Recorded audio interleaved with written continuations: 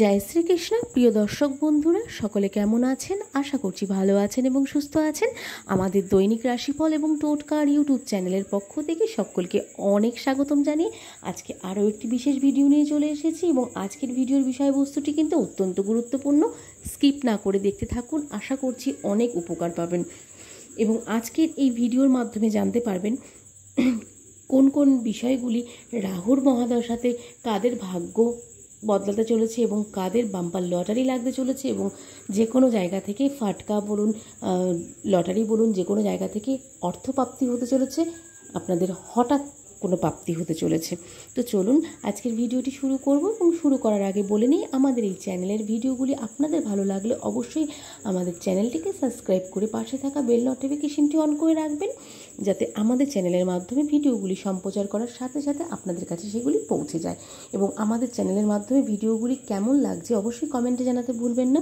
এবং আমাদের চ্যানেলের মাধ্যমে সবসময় গ্রহ সংক্রান্ত, রাশি সংক্রান্ত, বাস্তু টিপস এবং নিত্য নতুন গ্রহ এবং গ্রহের গোচর নিয়ে কিন্তু ভিডিও করা হয়ে থাকে, সেগুলো অত্যন্ত গুরুত্বপূর্ণ এবং অত্যন্ত বিশেষ হয়ে থাকে।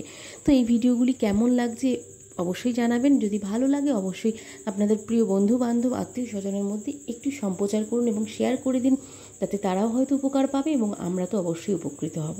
তো চলুন আজকের ভিডিওটি কন্টিনিউ করি। তো আজকের ভিডিওর বিষয়বস্তুটি রয়েছে 18 বছরের রাহুর মহাদশা হয় দরিদ্রের ডুবনের, নয়তো রাজা হবেন।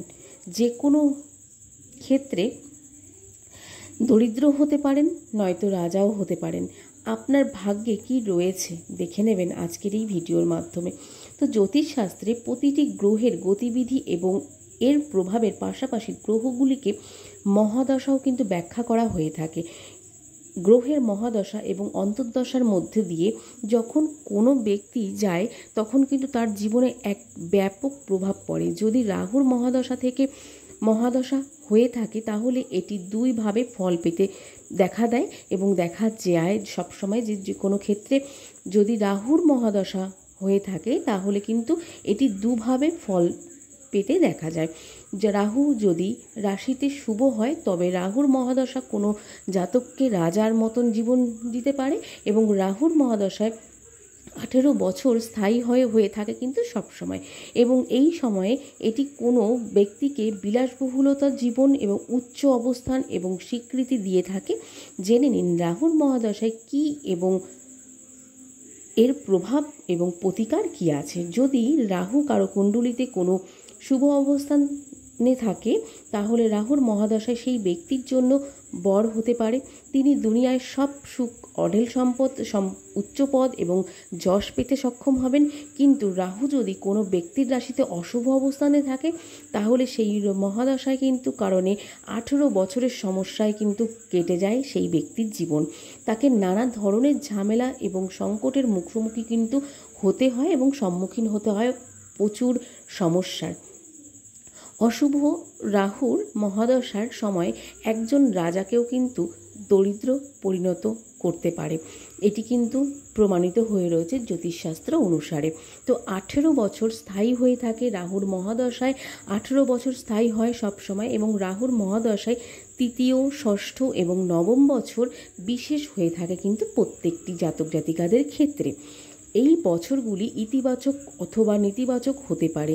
যাদের কুণ্ডলিতে অশুভ রাহু রয়েছে তাদের জন্য রাহুর মহাদশা এই বছরগুলিকে সমস্যা হতে পারে এবং কঠোর পরিশ্রমের পরেও কিন্তু যে কোনো জায়গা থেকে সফলতা পেতে অনেক সংগ্রাম করতে হয়। আর্থিক সমস্যায় পড়তে হতে পারে এবং শারীরিক ও মানসিক সমস্যার সম্মুখীনও হতে হবে আপনাদের ক্ষেত্রে, প্রত্যেকটি জাতক জাতিকাদের ক্ষেত্রে যখন রাহুর মহাদশা বা অন্তর্দশা চলে থাকে। ব্যক্তির স্বভাব খিটখিটে হয়ে যেতে পারে, হতাশা গ্রাস হতে পারে। এক্ষেত্রে অনেক সময় ভাগ্য ফেরে অর্থনৈতিক কাজেও কিন্তু যে কোনো অনৈতিক কাজেও অর্থনৈতিক দিক কিন্তু পড়ে গিয়ে অনৈতিক কাজে কিন্তু জড়িয়ে পড়তে পারেন এই জাতক জাতিকারা। রাহুর মহাদশায় অশুভ প্রভাব থেকে বাঁচার উপায় কী আছে একবার দেখে নেব। তো রাহুর মহাদশায় যদি খুব সমস্যা তৈরি করে থাকে তাহলে এই অশুভ প্রভাব এড়াতে কিছু ব্যবস্থা নিতে পারেন আপনারা প্রত্যেকটি জাতক জাতিকারা। রাহুর মহাদশার অশুভ ফল এড়াতে প্রতি সোমবার শিবলিঙ্গের শিব মহাদেবের মাথায় বা শিবের মাথায় অবশ্যই জলাভিষেক করে থাকুন, তাতে কিন্তু অবশ্যই আপনারা সুফল পাবেন। এবং তার সাথে সাথে অবশ্যই শিব সত্যম পাঠ করতে ভুলবেন না।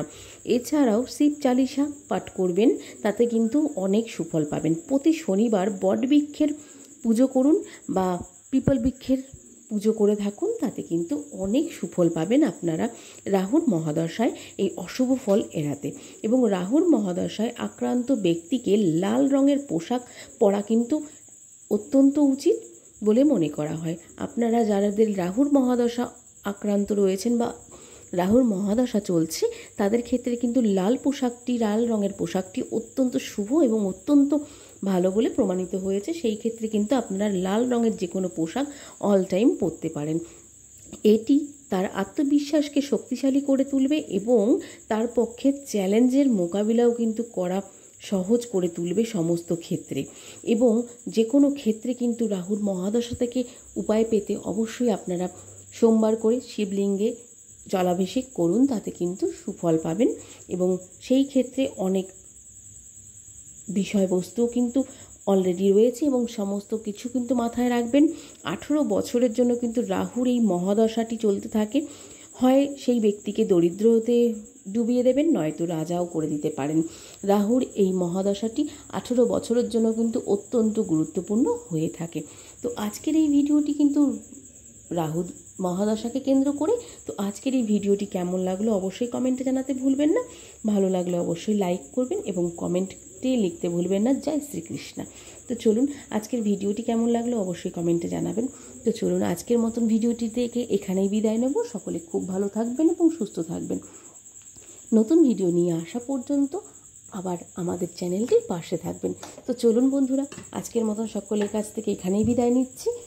সকলে খুব ভালো থাকবেন। রাধে রাধে সকলকে।